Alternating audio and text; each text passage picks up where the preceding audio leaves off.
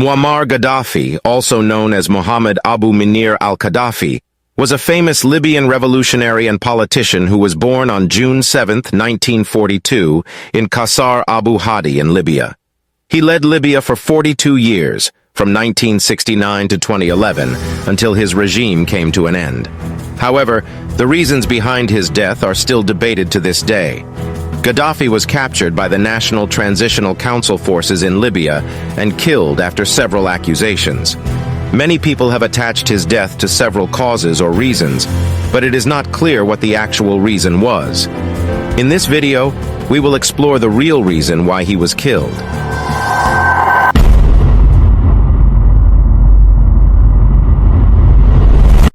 Gaddafi was a great African revolutionary leader who strongly advocated for the liberation of Africa from neo-colonialism.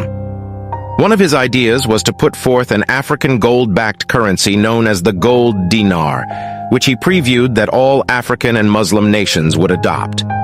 If Gaddafi had succeeded in establishing such a monetary system in Africa, the United States of America, Asia, and Europe would have been forced to buy oil and minerals in the African gold-backed currency. This would have tipped up sales and put an end to neo-colonialism.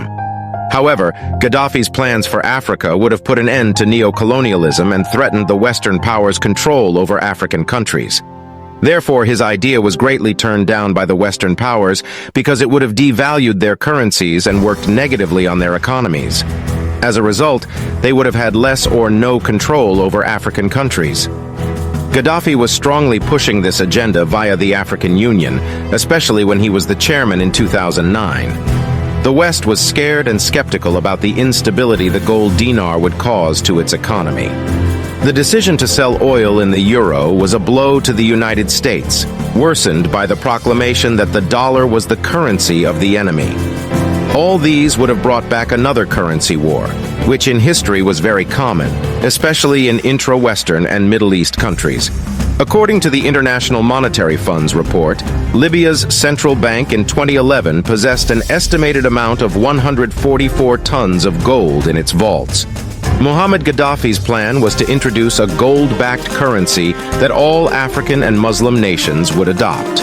Although he had this in mind, he felt it could be some sort of rivalry with the euro or dollars. The United States got to know about the gold dinar when a senior advisor to the United States President, Sidney Blumenthal, indicated to his Secretary General Hillary Clinton through an email that Gaddafi's government was holding 143 tons of gold and similar amounts of silver in their bank. In late March 2011, these stocks were taken to the southwest direction of Libya's border.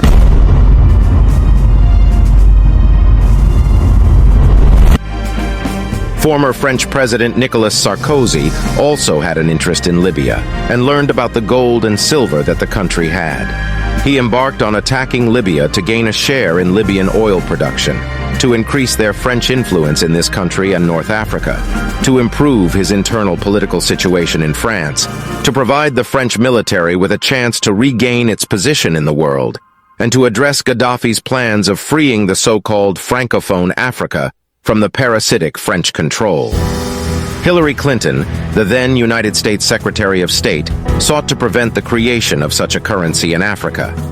This hard currency would have allowed Africa to shake off the last heavy chains of colonial exploitation in the continent. The allegedly leaked email of Hillary Clinton had far-reaching implications on the fluid state.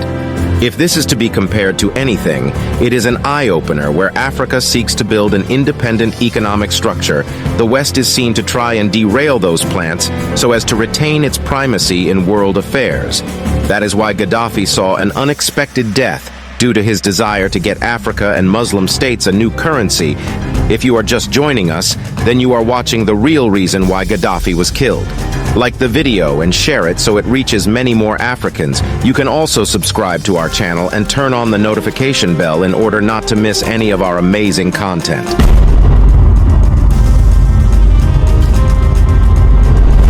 Let us now discuss the gold dinar, a groundbreaking dream for Africa.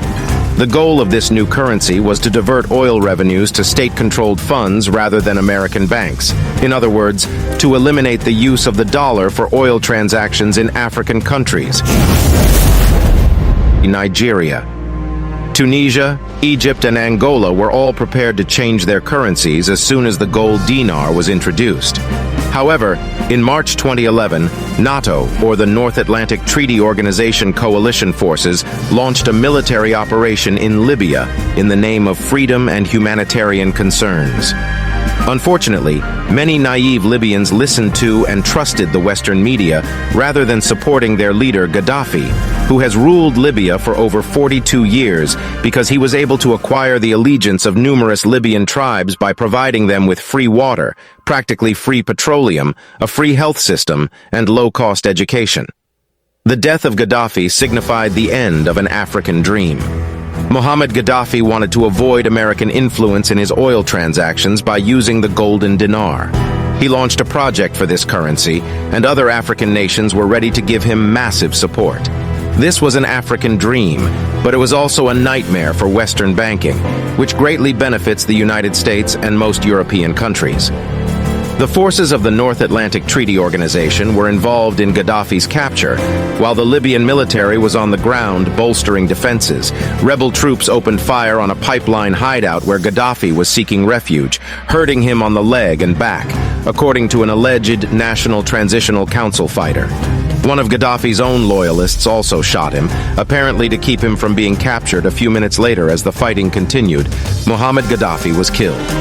Several videos related to his death were shown on television and circulated on the internet. The leader was killed alongside his son, Muammar Gaddafi, and they were buried a few days after their assassination. Let's look at some of the other reasons that led to Muammar Gaddafi's death. Aside from everything you've seen about why Muammar Gaddafi was killed, there are also points from credible media sources that facilitated this process. As a strong and very dynamic leader loved by the people of Libya, there were some things Gaddafi did for the people that were not pleasing in the eyes of his opponents. Rain electricity was free for all inhabitants. Gasoline, education, and healthcare were almost free or close to free for most Libyans to afford. And the Libyan state had managed to store hundreds of tons of around 143. According to WikiLeaks, Libya has tons of gold and the same amount of silver. All of these riches were supposed to make Libya the most powerful country in Africa, supplanting France, for example. Loans in Libyan banks bore no interest, while loans from state-owned financial enterprises bore a 0% interest rate by law. Living in a house was a requirement for all Libyans. Gaddafi discovered that his parents would not obtain a house until everyone in Libya did. In fact, getting a house was considered a human right in Libya. Newlywed couples in Libya received government funding to construct their new homes. Libyans were given necessities for free or at very low prices to better their lives, amongst others. All of these were seen as provocative and dictatorial to those who were not in support of Gaddafi's projects, which eventually culminated in some fighting and the subsequent killing of Libya's revolutionary leader. All of these other reasons why Gaddafi was killed are obtained from the Muslim Times media source.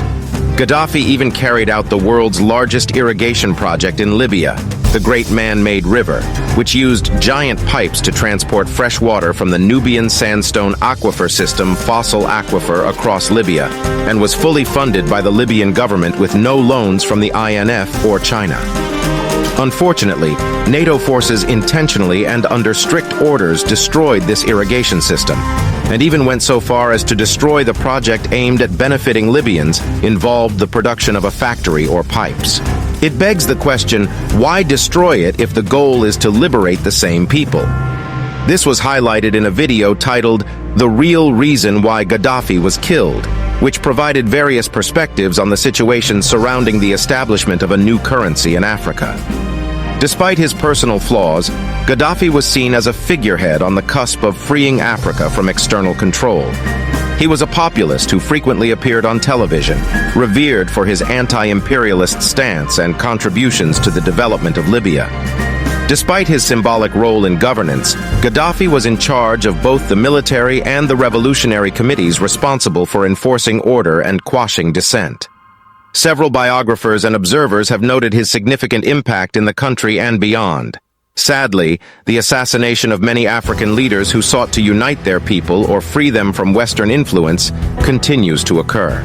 Patrice Lumumba of Congo, Sir Abubakar Tafawa Balewa of Manchuria, and Thomas Sankara are just a few examples. It seems history is repeating itself, with the actors changing but the outcome remaining the same. African countries must avoid external influence and work with their leaders to promote development.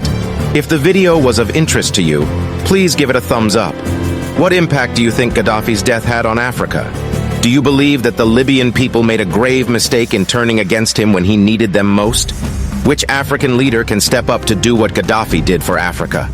Did Gaddafi's dream of the African gold dinar die with him? These are questions that our African leaders need to address. Thank you for watching, and we'll see you in our next video.